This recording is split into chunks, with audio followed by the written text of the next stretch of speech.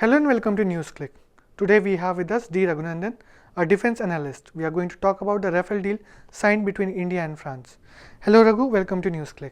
So the way this deal has been signed and there's been so much hype being created around it, how well has it been structured, how well has it been executed, and is India going to benefit from it? Let me say that when the deal was first talked about and struck at 126 aircraft, the situation has changed a lot.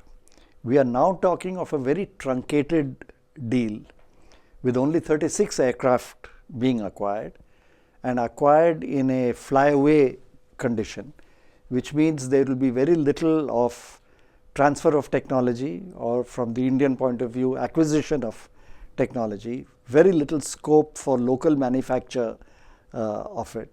So all that India is going to get from this is going to be a few aircraft, whereas the earlier idea was to get a substantial number of aircraft, which the Air Force said they required, and along with that to get technologies and a substantial portion of assembly or manufacture in this country, so that there was a process of acquisition of technology as well. Now that's not going to happen, and if you ask me from a purely military point of view, I think we are adding to the nightmare that our Air Force has become. Our Air Forces today is like a zoo. It's got too many animals in too many different cages, and it's a nightmare for ground forces to maintain, service such a wide variety of aircraft. If we had 126 Rafales, that's a different matter altogether. Now you've got 30 odd Rafales, you have a few odd Mirages and a few odd XYZ. This is not a way to structure an Air Force. Yeah, because even Manohar Parrikar told that the way this 126 deal was signed when UPA 2 was in the government. So he said that that was not properly structured, while this deal is properly structured and we are thoroughly looking at it. So, I mean, can you throw some light on that? Where does that come from? Frankly, I don't understand this at all, because the defense procurement procedure worked out in India over many stages and involving multiple stakeholders in the government, in the finance sections of the government and the military, all sitting together and working out a procedure by which you lay down your requirements of the user force, which is the Air Force, then discussing the politics and the strategy and everything else that goes with it, then doing an evaluation through a global tender from which you did a shortlisting and then arrived at the final, and the numbers were decided by all these people sitting together. So I don't understand how a lone defense minister can suddenly turn up and say this was badly done. Does he mean all the service chiefs were wrong?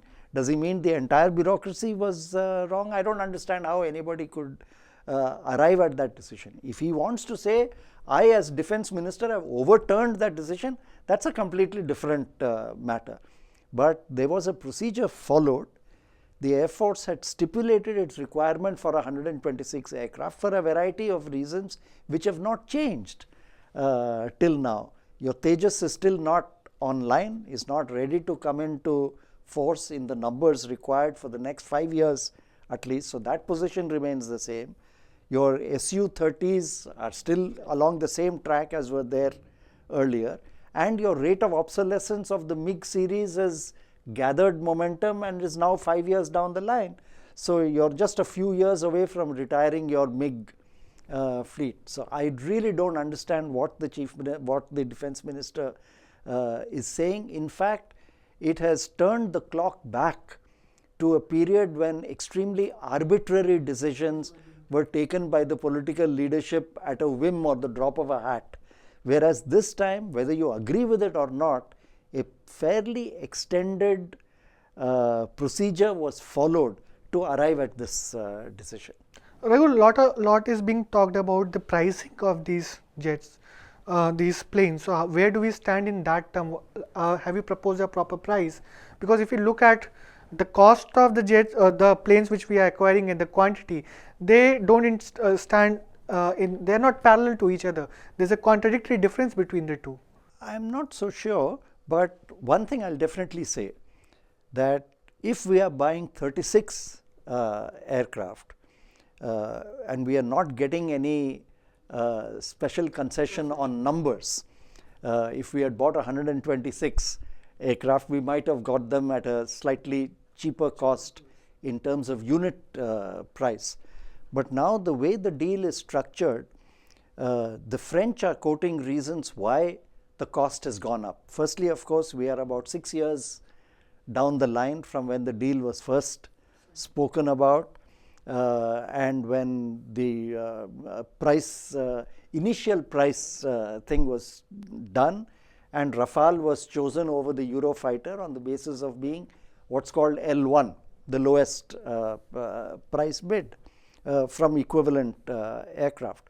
From that time, it's 6 years down the road, but the unit price is really expensive right now, $230 odd million per aircraft. That's huge to pay. That's first. Second thing is that I believe that the Indian side has put certain additional conditions. In the 6 years since then, the Air Force wants A, B, C and D done in the aircraft. So it's not going into a shop and buying a ready-made aircraft. There has to be special things done to it. Egypt has just bought 2 aircraft, total flyaways, just picked it off the shelf. If it had been that, we could have pushed harder for a lower price. But these niceties apart, I believe there are some structural reasons why India has got itself into a position where the price is high. Firstly, I think for all the complex defense procurement procedures that we have evolved, there is something fundamentally flawed as far as the pricing is concerned. You take a decision on the basis of a variety of considerations, including a first quotation of a price. Then you decide the Rafale is the winner, and then you start price negotiations. Now this I don't understand. If you're in the process of a bargain and you tell the shopkeeper that I've decided this is what I want, and then you say now let's negotiate the price, he has no incentive to lower his price.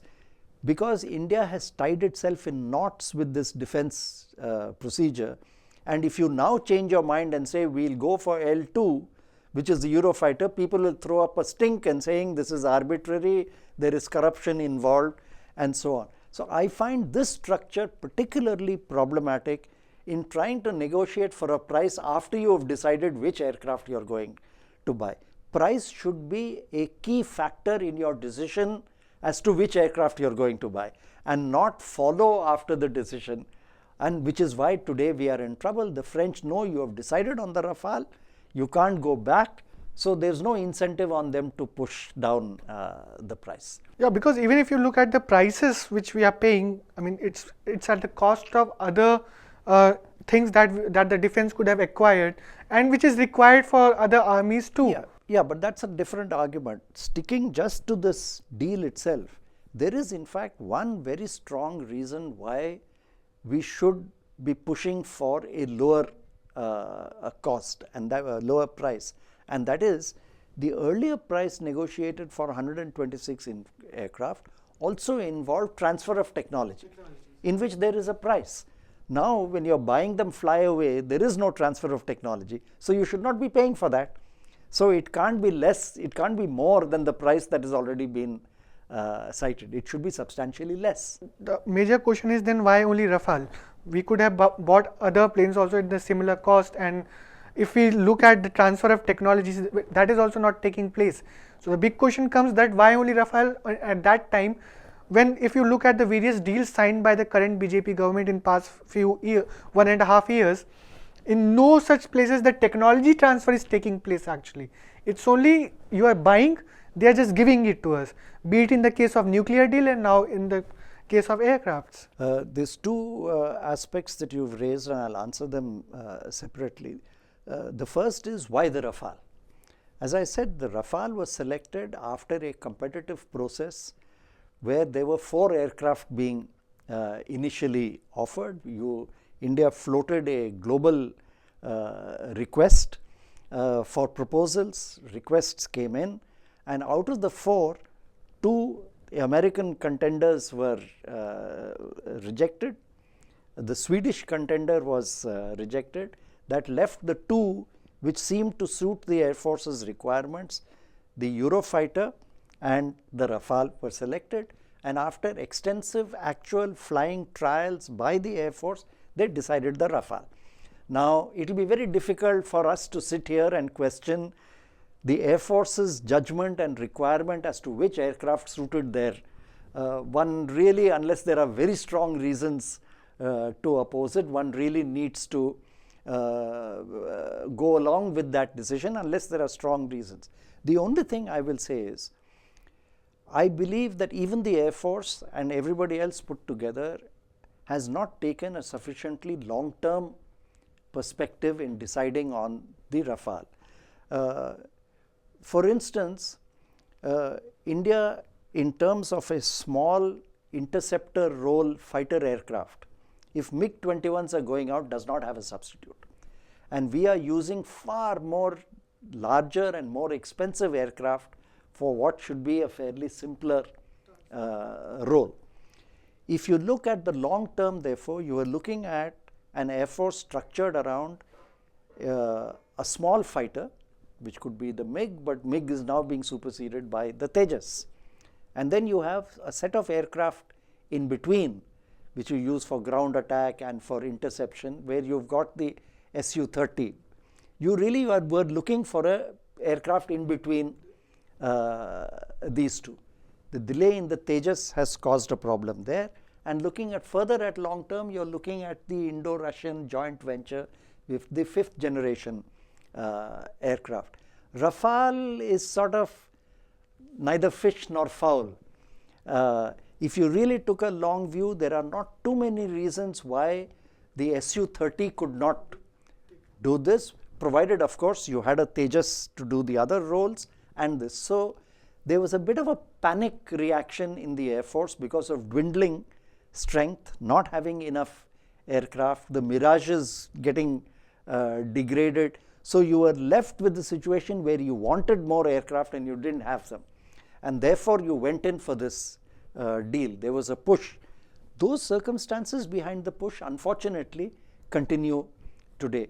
But the second point you rightly posed is, if you're going to buy, just outright buy and not acquire technology, then I don't see what India is gaining. With Su-30, you are already acquiring the technology. You have a technology transfer agreement in place. You could have done that. And if that is going to be an important part of the deal, maybe the Eurofighter deal may have been better because they were also offering technology transfer. The last part of your question is, I believe, the most crucial, and that is, ever since this government has come in now, they have been acquiring hardware. For all the talk of Make in India, there is no acquisition of know-how. In fact, the Make in India is a complete misnomer. It's only assemble in India. So, and with the Rafale deal, it's not even going to be assembled in India, exactly. In India. With only 36 aircraft, there's no assembly involved either. The big issue, I believe, is not the subject of today's discussion. Maybe we could discuss this some other day, is that India over the last 50 years, and this is not today, yesterday, has completely ignored and not done what is required to build up indigenous capability, yeah, exactly, to design and make your own aircraft. Now, that is not a problem which can go and get resolved in 1 year or 2 years, but this government has shown no signs of doing anything to reverse this trend and to restore. In fact, if you go by this deal, they are doing everything the opposite. They're just buying away and feeling happy at doing that. This is certainly not the way to go for any technology, leave alone in defense, where you need to be far more self-reliant and have your own capability. Tomorrow, at the time of, if there is a conflict and you're stuck with the imported aircraft, how do you know you're going to get spares or not going to get spares? What's going to happen to them? This is not a happy condition for any country to be in. Actually, the self-dependence needs to be developed, Exactly. and the Indian agencies need to be promoted according to Exactly. that. Thanks a lot, Raghu, for giving us your time, and as the things proceed, we'll be coming back to you on Sure. such issues. Thank you. Thanks for watching Newsclick.